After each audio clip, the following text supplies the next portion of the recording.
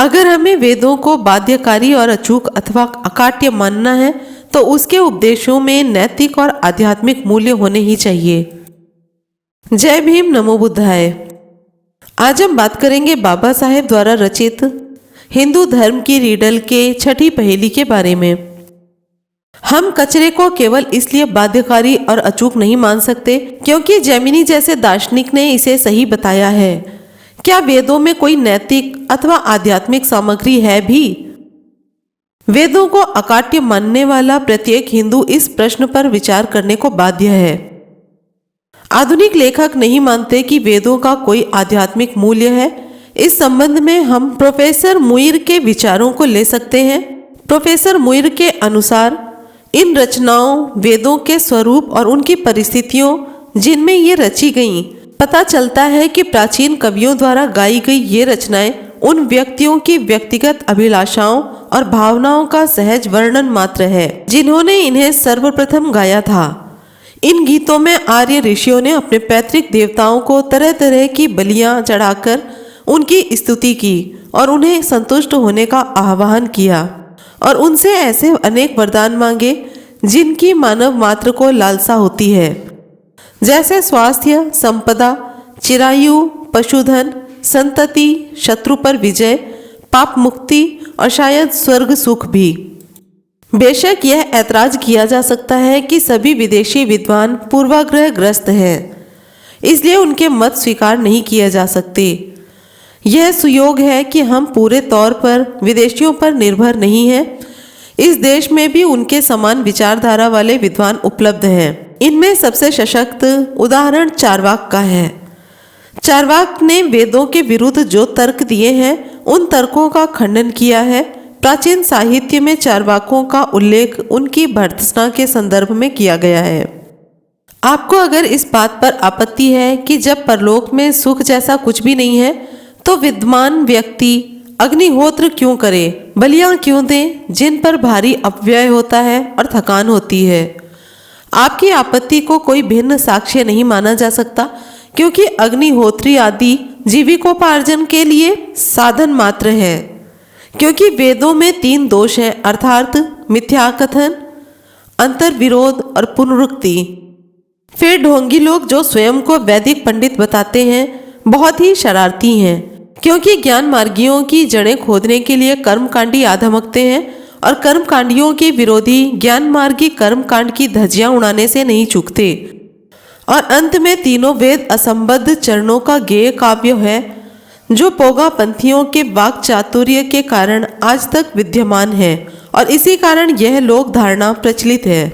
अग्निहोत्र, तीनों वेद, तापस वृत्ति, त्रिदंड धारण और भस्म मसलना, ये उनकी कमाई के धंधे हैं और बृहस्पति के कथनानुसार इसका मनुष्यता और बुद्धि से कोई सरोकार नहीं है।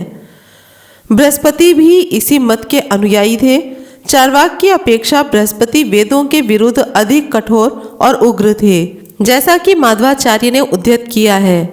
बृहस्पति का तर्क है, स्वर्ग की कोई सत्ता नहीं है, मोक्ष कुछ नहीं है, न पुनर्जन्म होता है, न 4 जातियों के कोई कर्म आदि प्रभाव डालते हैं। अग्निहोत्र, तीनों वेद, तापस वृत्ति, त्रिदंड धारणा, भस्म मसलना उनकी कमाई के धंधे हैं जिनमें बुद्धि और मनुष्यता का भाव नहीं है।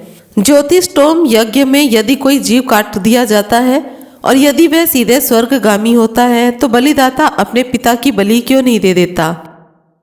यदि श्राद्ध से मृतक संतुष्ट होते हैं तो इस लोक में भी जब कोई यात्रा आरंभ करता है तो क्या यात्रा का प्रबंध करना अर्थात खाना साथ ले जाना व्यर्थ नहीं है।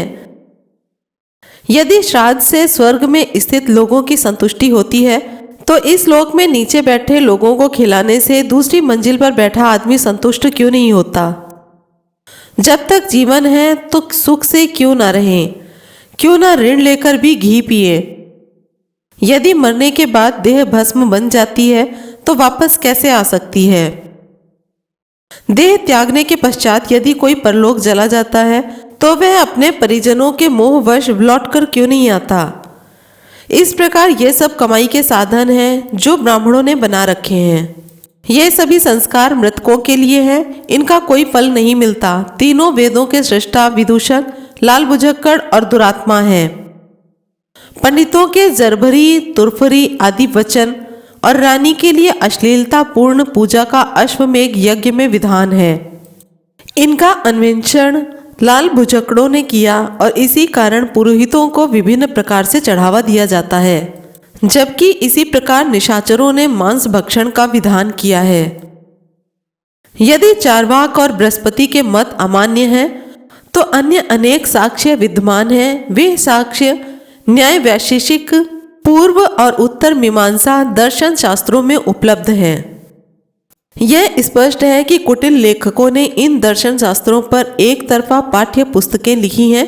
उन्होंने वेदों की प्रामाणिकता का औचित्य बताने से पहले यह होशियारी बरती है कि वेदों की सत्ता को चुनौती देने वाले उनके विरोधियों का मत उनकी पाठ्य पुस्तकों के पास भी न फटक सके। इस तथ्य से हम दो बातें प्रमाणित कर सकते हैं। पहली, कि एक ऐसी विचारधारा थी जो वेदों को प्रमाणिक ग्रंथ स्वीकार करने के विरुद्ध थी। दूसरी, कि वे सम्मानित विद्वान थे जिनके मत को वेदों की सत्ता स्वीकार करने वाले भी मानने को बाध्य थे। मैं न्याय और पूर्व मीमांसा में प्रस्तुत विमत को उद्धृत करता हूँ। न्याय दर्शन के प्रणेता गौतम वेदों की प्रामाणिकता के पक्षधर थे।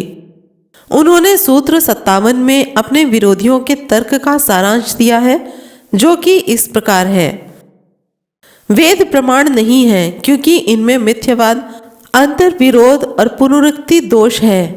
शब्द प्रमाण जो प्रत्यक्ष साक्ष्यों से भिन्न है, अर्थात वेद प्रमाण नहीं है। क्यों? क्योंकि उसमें मिथ्यापन आदि के दोष हैं। इन दोषों के संदर्भ में मिथ्यावाद इस तथ्य से प्रमाणित है कि कई बार हम देखते हैं कि पुत्र प्राप्ति के लिए दी गई बलि फलदायी नहीं होती। अंतर्विरोध यह है कि पूर्व और परवर्ती घोषणाओं में भिन्नता है। इस प्रकार वेद कहता है कि वह तब यज्ञ करता है जब सूर्योदय होता है।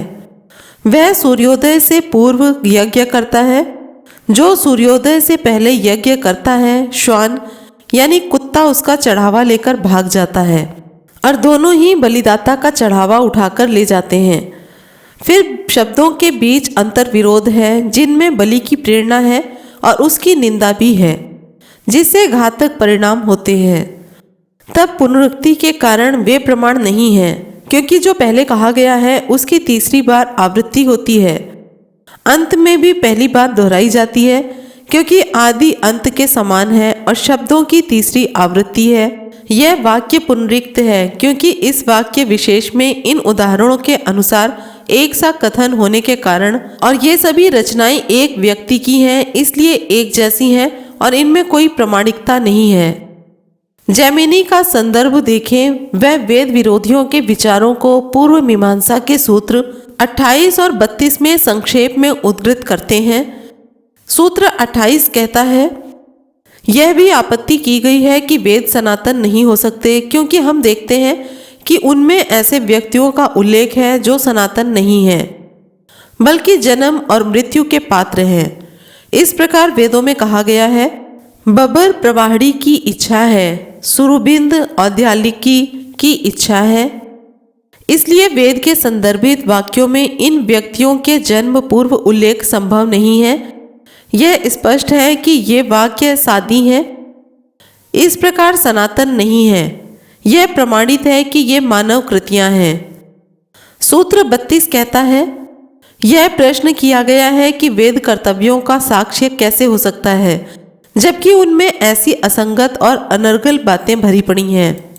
जैसे कंबल और खड़ाऊं पहने एक बूढ़ा बैल द्वार पर खड़ा है और आशीष के गीत गा रहा है। संतान प्राप्ति की इच्छुक एक ब्राह्मणी कहती है, हे राजन, बता प्रतिपदा के दिन संभोग का क्या अर्थ है, अथवा यह कि गौओं ने यज्ञ का उत्सव मनाया। निरुक्त के लेखक यास्क ने भी यही मत प्रकट किया है। वह कहता है, पूर्वोक्त खंड में 4 प्रकार की ऋचाएं हैं। पहली, जो देवता की अनुपस्थिति में संबोधित है। दूसरी, जिनमें उसको समक्ष जानकर संबोधित किया गया है। तीसरी, जिनमें आराधक को उपस्थित और आराध्य को अनुपस्थित माना गया है, ये अत्यधिक है।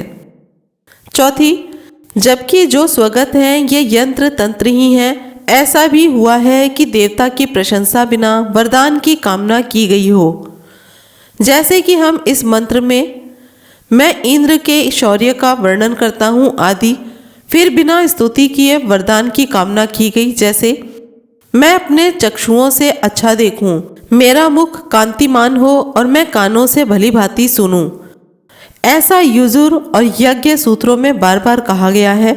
फिर इसमें हम शपथ और शाप भी देते हैं, यदि मैं या तो दानी हूँ तो मैं आज ही मर जाऊं आदि। फिर हम देखते हैं कि कुछ विशिष्ट परिस्थितियों को दर्शाने वाले मंत्र हैं। तब वे मृत्यु नहीं थी, ना अमरत्व आदि था। कुछ स्थितियों में विलाप भी लक्षित है, जैसे कि इस मंत्र में रूपवान देवता लुप्त हो जाएगा और कभी लौटेगा नहीं आदि। कई लांछन और प्रशंसा भी है, जैसा कि यह मंत्र कहता है, वह व्यक्ति जो अकेला खाता है सिर्फ पाप कर्म करता है आदि। ऐसे ही द्युत के विषय में मंत्र हैं। द्रुत क्रीड़ा की निंदा की गई है और कृषि कार्य की प्रशंसा। इस प्रकार जिन उद्देश्यों से ऋचाओं की सृष्टि हुई ये विविध प्रकार के हैं। यास्क के ही शब्दों में प्रत्येक मंत्र देव स्वरूप परमात्मा के लिए है, जिससे ऋषि अपनी इच्छा पूर्ति के लिए प्रार्थना करता है। यदि यह प्रमाणित करने के लिए इतना भी पर्याप्त नहीं है कि वेदों में कोई नैतिक अथवा आध्यात्मिक मूल्य नहीं है, तो अन्य साक्ष्य प्रस्तुत किए जा सकते हैं।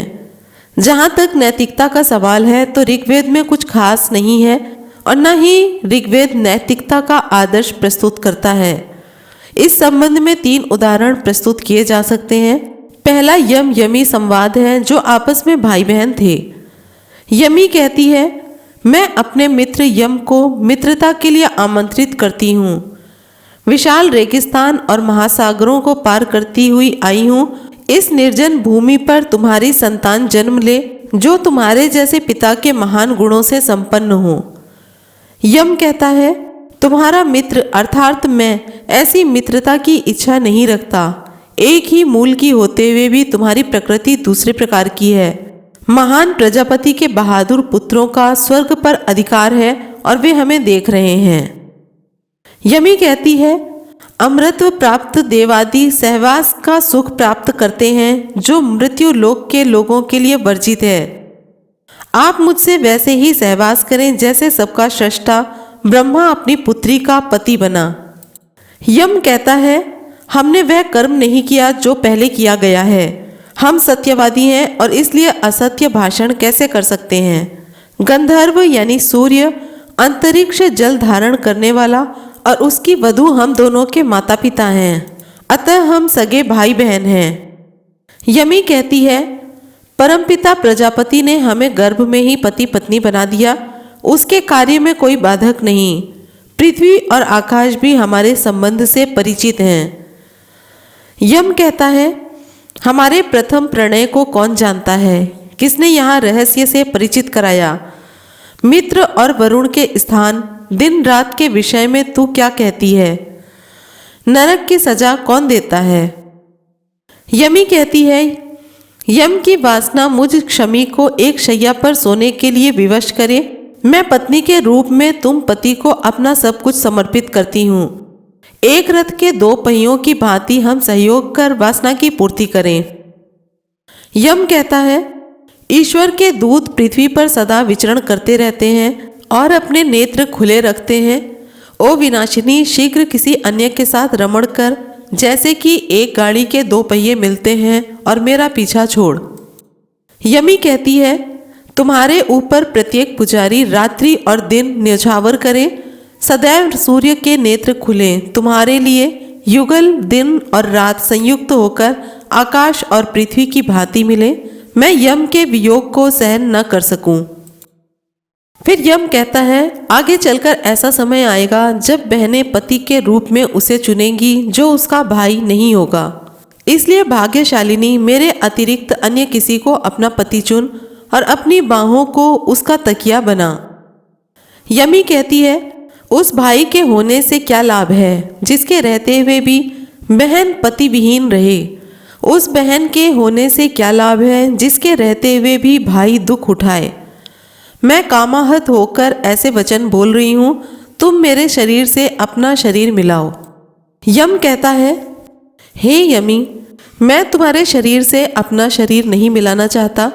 जो अपनी बहन से संभोग करता है लोग उसे पापी कहते हैं। हे सुंदरी, मेरे अतिरिक्त किसी अन्य पुरुष से आमोद प्रमोद करो, तुम्हारा भाई यह काम करना नहीं चाहता। यमी बोली, मुझे खेद है कि तुम बहुत कमज़ोर हो, मैं तुम्हारे मन को नहीं समझ पा रही हूँ। रस्सी जिस प्रकार घोड़े को बांधती है और लता जिस प्रकार वृक्ष से लिपट जाती है, उसी प्रकार अन्य स्त्री तुम्हारा आलिंगन करती है। यम कहता है, हे यमी, लता जिस प्रकार वृक्ष को लपेटती है उसी प्रकार तुम मेरे अतिरिक्त किसी अन्य पुरुष को आलिंगन करो। तुम उस पुरुष का मन जीतने की कामना करो और वह पुरुष तुम्हारा मन जीतने की इच्छा करे। तुम उसी के साथ कल्याणकारी सहवास करो। राक्षसों का विनाश करने वाली अग्नि हमारी प्रार्थना स्वीकार करे, हमें उस दुरात्मा से बचाए जो व्याधि के रूप में तेरे भ्रूण आक्रांत करता है, जो काष्ठ की भांति तेरे गर्भाशय को नष्ट करता है। अग्निदेव हमारी अर्चना को स्वीकार करें, उस नरभक्षी को नष्ट करें जो व्याधि के रूप में तेरे गर्भाशय पर दुष्प्रभाव डालता है, जो अंतः काष्ठ की भांति तेरी कोख को रिक्त करता है। दुरात्मा से हमें त्राण दे, जो पुंसत्व का हरण करता है, गर्भ का नाश करता है और नवजात शिशु का भी। हमें दुरात्मा से त्राण दे, जो तेरी जंघाओं को विलग करता है, जो पति पत्नी के बीच बाधा बनता है, जो तेरी कोख में प्रविष्ट होकर बीज का हरण करता है। हमें उस दुरात्मा से प्राण दे, जो भ्राता, पति अथवा प्रियतम के रूप में तुझ तक पहुंचाता है और गर्भपात करना चाहता है। हमें दुरात्मा से प्राण दे, जो तुझे नींद या अंधेरे में छल लेता है, तुझ तक आकर गर्भपात कर देता है। इसी जगह पर ऋग्वेद के कुछ मंत्रों और प्रार्थनाओं को लिया गया है जो कि स्क्रीन पर आ रहे हैं। ये 15 मंत्र और प्रार्थनाएं हैं। ऋग्वेद में उल्लेखित बहुत से मंत्रों में से ये कुछ एक हैं, किंतु इसमें कोई संदेह नहीं है कि यह छोटा सा नमूना ही उन सब के लिए पर्याप्त है। इसमें ऋग्वेद और यजुर्वेद के बहुत से अश्लील अंशों को जानबूझकर छोड़ दिया गया है। जिन्हें भी इस संबंध में जिज्ञासा है वे ऋग्वेद के मंडल 10 85.37 के सूर्य पूषण संवाद और ऋग्वेद के मंडल 10 86.6 में इंद्र इंद्राणी के संवाद देख सकते हैं। यजुर्वेद में अश्वमेघ प्रसंग में भी अश्लीलता व्याप्त है।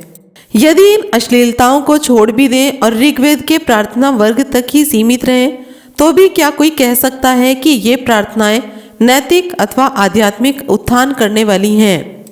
जहाँ तक दर्शन का सवाल है तो वह ऋग्वेद में नदारद है। जैसा कि कहा गया है, प्रत्येक मंत्र किसी देवता के लिए रचा गया है, जिससे ऋषि की उद्देश्य इच्छा पूर्ति का है और वह उसे संबोधित करता है। यदि यह प्रमाणित करने के लिए इतना भी पर्याप्त नहीं है कि वेदों में कोई नैतिक अथवा आध्यात्मिक मूल्य नहीं है, तो अन्य साक्ष्य भी प्रस्तुत किए जा सकते हैं। जहाँ तक दार्शनिकता का सवाल है तो ऋग्वेद में प्रायः कुछ है ही नहीं। न ऋग्वेद नैतिकता का ही आदर्श प्रस्तुत करता है। प्रोफेसर विल्सन का कहना है कि ऋग्वेद में जो बृहत्तम वेद हैं, बहुत कम सैद्धांतिक अथवा दार्शनिक प्रसंग आए हैं। इसमें विभिन्न विचारधाराओं की परिवर्ती अंतर्बोध संबंधी कल्पनाओं का अभाव है। पुनर्जन्म सिद्धांत की ओर कोई संकेत नहीं है और न ही सृष्टि चक्र का कोई संदर्भ। वेद आर्यों के सामाजिक जीवन के दिग्दर्शन का एक लाभकारी सूचना स्रोत है। यह आदिम जीवन की प्रतिछाया है जिसमें जिज्ञासा अधिक है, भविष्य की कल्पना नहीं है। इनमें बुराइयां अधिक हैं, गुण बहुत कम हैं। अब हम अथर्ववेद पर आते हैं और इसकी विषय वस्तु की पड़ताल करते हैं। इस संदर्भ में अच्छे से अच्छा मैं यही कह सकता हूँ कि यहाँ अथर्ववेद की विषय सूची की तालिका प्रस्तुत करूँ। तो अथर्ववेद की तालिका जो है वो आपको स्क्रीन पर दिख जाएगी। इसमें टोना टटका, प्रार्थना, जादू टोना, झाड़ फूक, शत्रुनाश आदि जैसी बातें लिखी गई हैं। जो कि आपको स्क्रीन पर नजर आ रही हैं। इस प्रकार यह देखा जा सकता है कि अथर्व वेद मात्र जादू टोनों, इंद्रजाल और जड़ी बूटियों की विद्या है। इसका चौथाई भाग जादू टोनों और इंद्रजाल से युक्त है, लेकिन यह सच नहीं है कि केवल अथर्व वेद में जादू टोने और इंद्रजाल की भरमार है। ऋग्वेद भी इससे अछूता नहीं है, उसमें भी काले जादू टोनों और इंद्रजाल संबंधी मंत्रों की भरमार है। मैं ऐसे विषयों पर कुछ सूक्त उद्धृत करता हूँ। सूक्त 15 में दिया गया है, इस मंत्र का देवता अथवा उद्देश्य सौत से छुटकारा पाना चाहता है। ऋषि इंद्राणी है, अंतिम मंत्र का छंद पंक्ति है, शेष अनुष्टुप है। इसका भी स्क्रीनशॉट आपको स्क्रीन पर दिखाया जा रहा है, आप पॉज करके देख सकते हैं। अंत में बाबा साहेब कहते हैं, और क्या चाहिए जिससे स्पष्ट हो कि वेदों में कुछ ऐसा नहीं है जिससे आध्यात्मिक अथवा नैतिक उत्थान का मार्ग प्रशस्त होता हो। ना तो उसकी विषय वस्तु और ना ही उनका स्वरूप वेदों को अकाट्य ठहराता है जिसके ढोल पीटे गए हों। तो फिर ब्राह्मणों ने उन पवित्र और अचूक होने वाले मुल्लम्मा चढ़ाने के लिए इतनी मशक्कत क्यों की? तो आज हमने बात की वेदों की विषय सामग्री, क्या उनका कोई नैतिक अथवा आध्यात्मिक मूल्य है? अगला भाग 7वीं पहेली लेकर फिर से जल्दी ही हाजिर होंगे। वीडियो पसंद आ रही हो तो लाइक कमेंट शेयर करना ना भूलें, चैनल को सब्सक्राइब करें। फिर मिलेंगे अगले वीडियो में, तब तक के लिए जय भीम, नमो बुद्धाय, जय संविधान।